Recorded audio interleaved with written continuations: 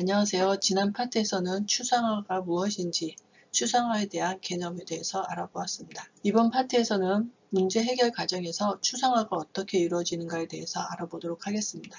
학습 내용으로는 문제 해결 과정에서 추상화를 이용하는 방법에 대해서 알아보고 약도 그리기를 통해서 추상화를 연습해 보도록 하겠습니다. 문제 해결과 추상화에서 추상화는 문제 영역 중에 문제를 해결하는데 필요한 부분을 추출하는 과정을 우리는 추상화라고 합니다. 그래서 컴퓨팅 사고 과정 중에 그 문제를 정의하고 분석하고 이 설계 단계에 복잡한 문제를 단순하게 만드는 핵심적인 사고 방식이라고 할 수 있습니다. 추상화라고 하는 것은 지식을 표현하는 도구로서 사용함과 동시에 이해를 돕는 방법이기도 하죠. 그래서 추상화를 하기 위해서는 첫 번째 단계는 실세계를 관찰하고, 그래서 구체적인 실제에서 출발을 해야 된다는 것이고요. 다음으로는 추상화의 결과물은 대체로 관찰과 단순화의 대상인 사물의 특징에 의존이 되어야 하고요. 복잡한 체계에서 하나만을 제외하고 모든 변수를 제거함으로써 그 의미를, 새로운 의미를 발견하려고 노력을 해야 하고, 같은 대상이라도 관점에 따라서 추상화 결과가 다를 수가 있습니다. 추상화 과정은 실세계의 모든 것을 다 기술하고 머릿속에 떠오르는 것을 다 적습니다. 그리고 관련된 이미지와 생각들을 강조하면서 이끌어내는 거죠. 그래서 여기에서 꼭 필요한 필수 불가결한 단어들의 조합으로 중요한 것을 끄집어냅니다. 그래서 이와 같이 2번과 3번을 계속 반복을 하면서 추상화를 하게 되는 거죠. 다음은 추상화 방법에 대해서 알아보도록 하겠습니다. 추상화 방법에는 일반화, 집단화, 연관화, 상세화가 있는데요. 일반화는 특정 개념을 일반화시키는 방법을 통해서 추상화를 하는 것이고, 집단화라고 하는 것은 공통 속성들을 묶어서 집단화하는 방법으로 속성 집합들을 그룹핑하는 것이고, 연관화라고 하는 것은 관계가 있는 것끼리 서로 연결을 지어서 추상화를 하는 겁니다. 그리고 마지막으로 상세화라고 하는 것은 수준이 다른 서로 상하 수준을 높이거나 낮춰서 상세 분류를 통해서 추상화를 하는 것입니다.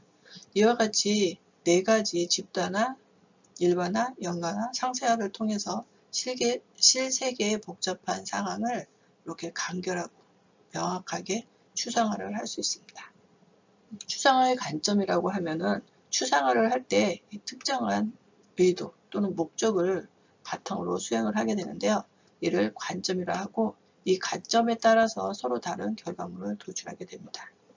여기에 4개의 지도는 같은 지역의 지도입니다. 하지만 서로 다른 의도를 가지고 지도를 표시를 했죠.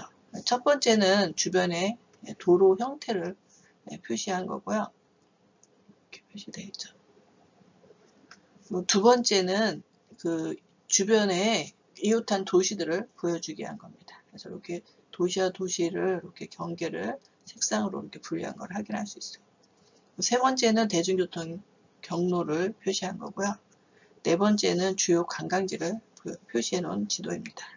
무엇을 핵심 정보로 할 것인가에 따라서 추상화가 다르게 된다는 것을 알 수 있을 겁니다. 다음은 두 번째 예제의 관점에 따른 자동차의 추상화에 대해서 살펴보도록 하겠습니다. 자동차를 운전자 관점, 정비사 관점, 제조업체 관점에서 추상화를 하게 되는데요. 이 첫 번째 이렇게 그림을 엔진이라든가 각종 부품들을 이렇게 추상화해 놓은 걸 보면은 이거는 정비사 관점에서 추상을 할 겁니다. 그래서 엔진의 구조라든가 연료 호수나 냉각 파이프 등과 같은 부품과 자동차의 전체적인 구조를 추상화를 할 것입니다. 두 번째 이 이미지는 자동차 운전자 관점에서 볼 것 같죠. 그래서 자동차의 세세한 기능들이라든가 아니면은 구성, 엔진 동작 원리, 부품들에 대해서는 알 필요가 없죠. 그냥 자동차를 기본 동작을 익혀서 운전을 할 수 있으면 될 겁니다. 마지막으로 제조업체 관점에서 추상화를 할 때는 복잡한 내부 구조들은 모듈화하고, 그 다음에 차체 내부에다가 숨긴 다음에 운전자가 필요로 하는 그러한 정보를 대시보드에다가 표시하는 그런 기능을 노출시켜서 운동자가 도작을 할 수 있게끔 하는 그러한 내용들을 추상화하겠습니다. 다음과 같이 똑같은 문제, 그죠? 아니면 시스템에 대해서도 관점에 따라서 서로 다르게 추상화될 수 있다는 것을 보여주는 예입니다. 다음은 관점에 따른 업무 추상화에서 이 업무가 뭐예요? 출장 업무죠. 똑같은 출장 업무에 대해서 마케팅 팀장과 사원들에 대해서 서로 보는 관점에 따라서 다르게 추상화되는 것을 확인할 수 있을 겁니다. 마케팅 팀장은 누가 그죠? 어떤 업무 그죠? 목적으로 어디에 가는지만 알고 있으면 될 겁니다. 출장에 대한 정보를. 하지만 직원들은 어떻게 해요? 출장지까지 이용하는 교통수단이라든가 출발, 도착 시간, 그리고 그에서 출장 일정 등에 대해서 세세하게 디테일하게 모두 알고 있어야겠죠. 그래서 똑같은 출장 업무에 대해서도 보는 관점, 다뤄져야 되는 목적에 따라서 서로 다르게 추상화되는 것을 알 수 있습니다. 다음은 추상화 연습을 위해서 약도 그리기를 살펴보도록 하겠습니다. 약도는 목적지에 쉽게 찾아갈 수 있도록 큰 건물이나 특징적인 장소를 표시한 지도를 의미합니다.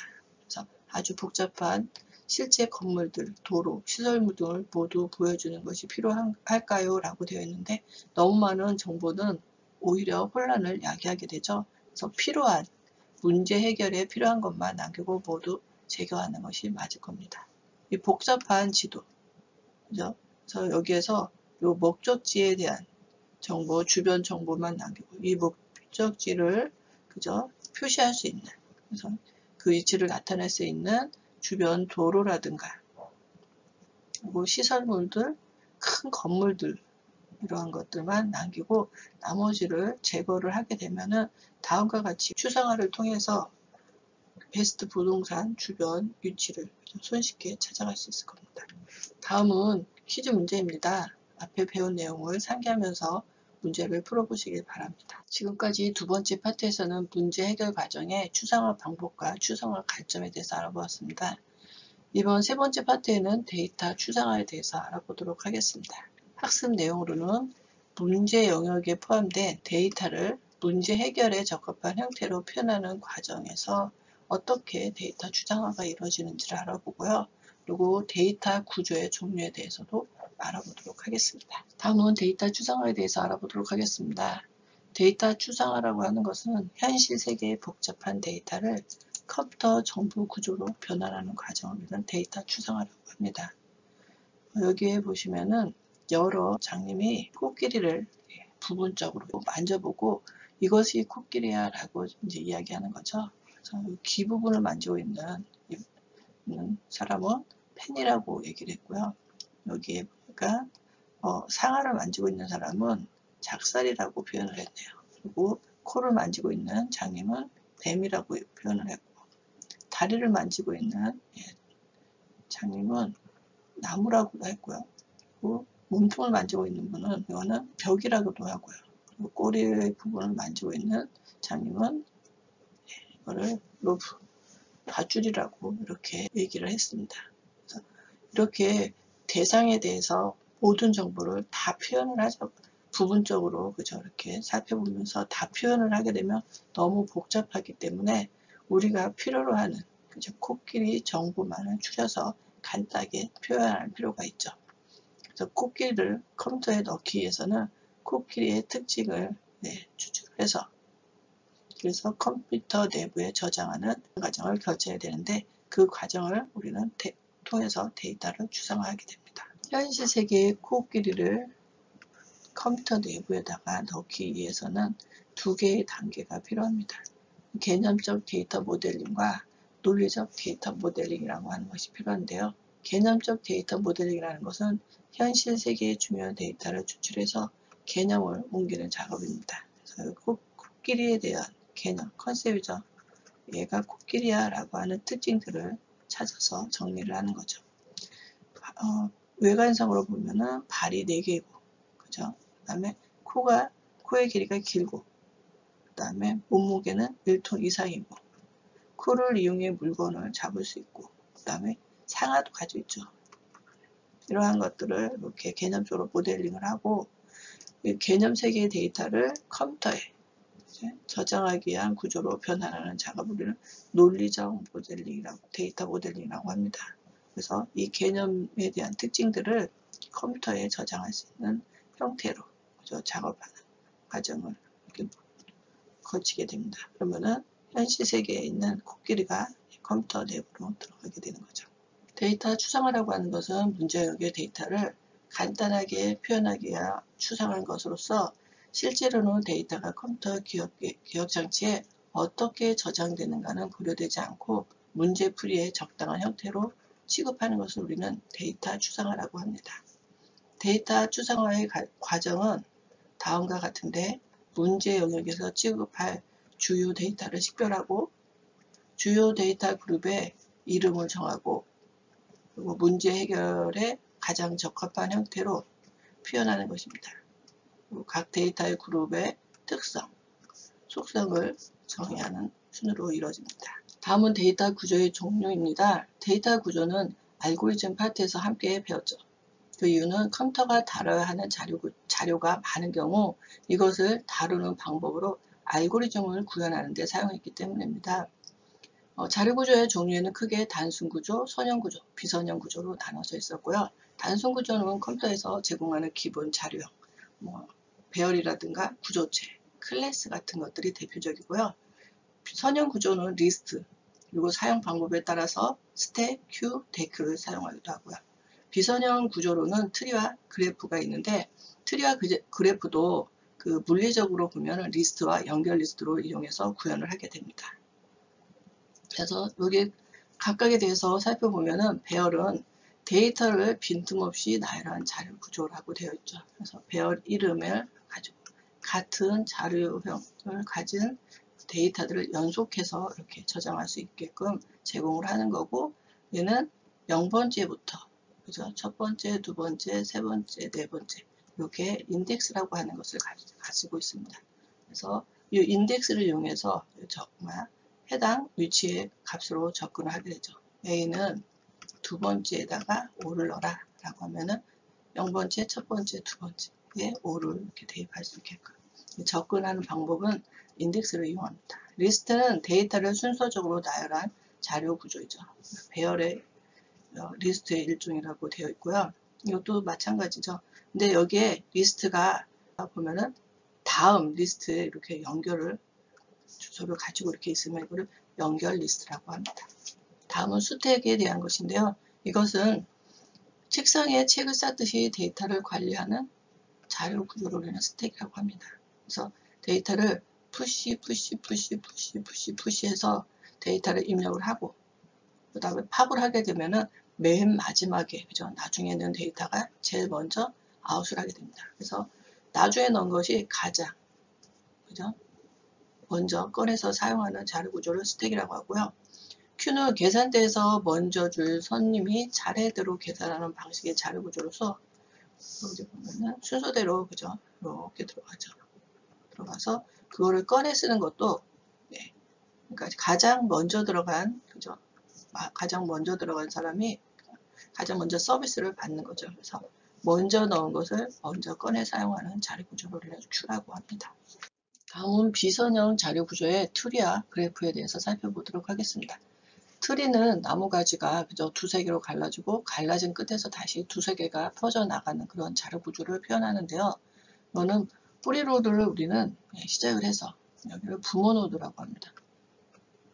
그리고 그 부모 노드를 부터 이렇게 뻗어나간 이 노드를 뭐라고 하냐면은 자식 노드라고 합니다. 그래서 이 나무 구조를 가지고 부모 자식 관계를 가지는 구조입니다. 보면은 부모 노드를 0으로, 레벨 0으로 놓고 다음 세대부터 숫자를 이렇게 증가하면서 레벨을 표시하기도 하고요. 보면 부모 노드에서 다시 자식 노드가 다시 가지를 버티게 되면 얘가 부모 노드가 되는 거죠. 얘는 자식 노드가 되고, 다시 부모 노드가 자식 노드가 되고, 근데 더 이상 자식을 갖지 않는 노드를 우리는 리프로드 또는 단말 노드라고 합니다. 리프로드가 여기 보면은 자식을 갖지 않는 그런 노드들을 리프로드라고 합니다. 그리고 그래프는 정점과 정점을 잇는 간선으로 데이터 구조를 만드는 건데, 그때 정점을 우리는 노드로, 그리고 그 두 정점을 잇는 그거를 엣지로 표현을 하게 됩니다. 대표적인 게 지하철 노선이라든가 아니면은 인맥지도, 길찾기, 최단거리 구하기 위해서 우리 그래프라고 하는 것들을 사용을 했죠. 그래서 이렇게 동그라미를 노드로, 선을 엣지로 표현해서 데이터를 표현하는 자료 구조가 되겠습니다. 다음은 퀴즈 문제입니다. 앞에 배운 내용을 상기하면서 문제를 풀어보시기 바랍니다. 수고하셨습니다. 다음 9장에서는 객지의 지향이라고 하는 개념을 이용해서 추상화에 대해서 좀 더 자세히 살펴보도록 하겠습니다.